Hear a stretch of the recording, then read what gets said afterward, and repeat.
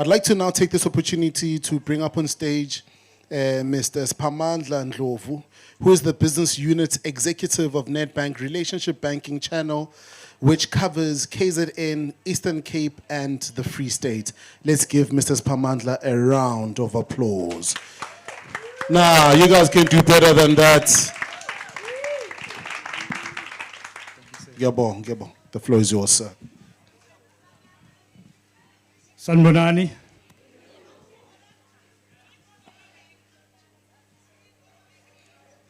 Okay, ngizwe like to a hashtag. Join us for tea. Together. Together, Bekele Bekele Beke. Beke. Vigi ne vig. Ngifuna ukuyishintsha lento. Okay.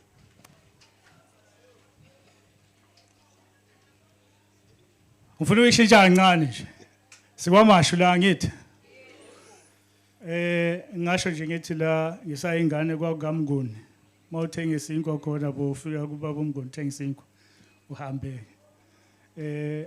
Ngiyangijabulisa ukuthi namhlanje sihlangene kanje sakhuluma ngebusiness. May his spirit live on.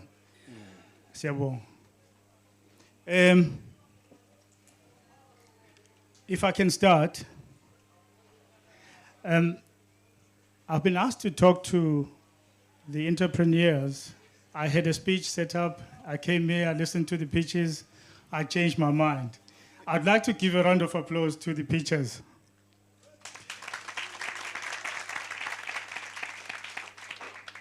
I tell you, it's inspiring. I work for Nedbank, and I think when it gets to occasions like this, that's when you feel proud of the brand you work for, Nedbank.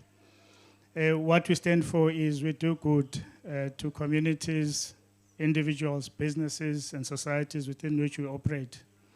To be here today, it's a dream come true that I can be in front of people who live, some of whom who live around where I used to live as a kid. I came here thinking, what am I going to tell everyone that's here? Because everyone seems to know already what they want to do. And I'm thinking about the guys who are pitching. When we went to the US through a Nedbank program, and we saw people pitch for the first time. They call it a lift pitch. So which means if you are to talk about your business for a minute, what is it that you're going to tell the judges who are about to give you finance, the angel investors? And I'm seeing this happen here, and it gives hope that actually we're progressing as a country. It may not feel like it. Somebody mentioned Ramaphosa's economy. It may not feel like it, but we're getting somewhere in our own small pockets. I would like to talk to guys who are making things happen in the small business sector. And I'd say everyone knows that this is the most important sector of our economy because it generates over 30% of GDP in South Africa. It provides a lot of employment. It gives us then great pride to be here in partnership with T to talk to the entrepreneurs who are making this economy tick, and they're supporting livelihoods in terms of the employment that they provide. I thought about what it is you'd come to Nedbank for. Gone are those days when you'd come to a bank, cap in hand, and you talk to a branch manager or who maybe sits there and they're looking at you like, what are you doing here? So today, we're here, and it gives me great pleasure that we come out as Nedbank. We no longer expect you to come to the branch. We actually come out to talk to you about what it is you're trying to do with your business so that we can look at how we can partner with you and help you grow your business. So I listen to ideas that I've never seen come through our desk in terms of people looking for finance. I mean, drones. I haven't seen anyone knock on our door. We've got our staff here at Nedbank who would be keen to listen to how you manufacture those drones and who do you sell to and how can we help you scale that. I listened to microbiology, the detergents that you talked about. Are you looking to export those? I have many questions when I listen to that. You talked about the car rental solution. We know of Avis, but do we know about your car rental solution? So you have to market yourself. Water. Water is scarce. Who knew that, because we hear about the Cape Town municipality looking at, producing water from air. You doing it here. Do we know about you? So those are the questions I have as I listen to you, because I didn't know about these great ideas. So how do you make them known? Which means I must know by chance. I'll be surfing something on the internet maybe, and I come across your business. So that's how it should be. So we've partnered with a lot of people in terms of just making sure that what we do is integrated into the communities. Today we're here with T. We did a lot of work with, we still do, with an organization called Ranyaka, and the initiative is called Proud of My Town. So what we do is we have sessions like this, some of them, but we make sure that we provide networking platforms, and we also look at the communities, what the immediate needs of the community, and look to support those. Like we had Inimla's Gogo Nutrition, so just teaching Gogo about nutrition. So we've got those programs as well that we do just for the communities without expecting any money to come through from it. But if you feel that you want to open a bank account with us, then we give you an opportunity to do so. So if you had to say, so what can I get out of Nedbank? We know that businesses are looking for finance to scale. In terms of how we fund you, we look at your actual need. So there could be a need for finance as a startup. So you need maybe capital. So you'd have to put in your own capital as well, but we'll partner with you, put in our own loan into your business. But once you start trading, that's when you start to deal with cash flow. And cash flow means while you buy your stock, you may be out of pocket. So how do we support you to have some cash flow as you continue to trade? So we give you ODs. It's a lot depending on your business in terms of how we can support your business in terms of working capital. But we also have a platform, because now we've moved on to digital. Our Evo platform, if you wanted to sell your wares or your products to people and you couldn't reach out to a broad market, you are able to list with us on our Evo platform. We call it Evo B2B, meaning you can sell to businesses or you can sell to people like us, individuals. On Evo, we make sure that we sort out the payment solution. All you do is just put your goods onto our platform. It's like a take-a-lot. And then people can buy from there. Let's just use take-a-lot. Maybe that's what people would resonate with. So I'm just thinking about your detergents on Evo, if we were to make it practical. People buy your detergents on Evo. You're not there. They just log on to the system, it's online, and then they get delivered. Your payments come through to you. There's a back-end system that allows for that. So just one solution that I was thinking about. And then you may get to a point in your business where you want to scale. So you want maybe to buy a warehouse. You talked about warehouses, and your drones can go up to 3 flights maybe of stairs to get to the top of the store. So those types of warehouses, maybe a person is now scaling to get to that kind of, that size of business. So we look to finance the warehouse that you buy, and we can then also look to finance maybe stock as you buy stock for the first couple of months. That would be part of your working capital. What else can we do? I'm thinking about startups where your business has a turnover less than 3 million.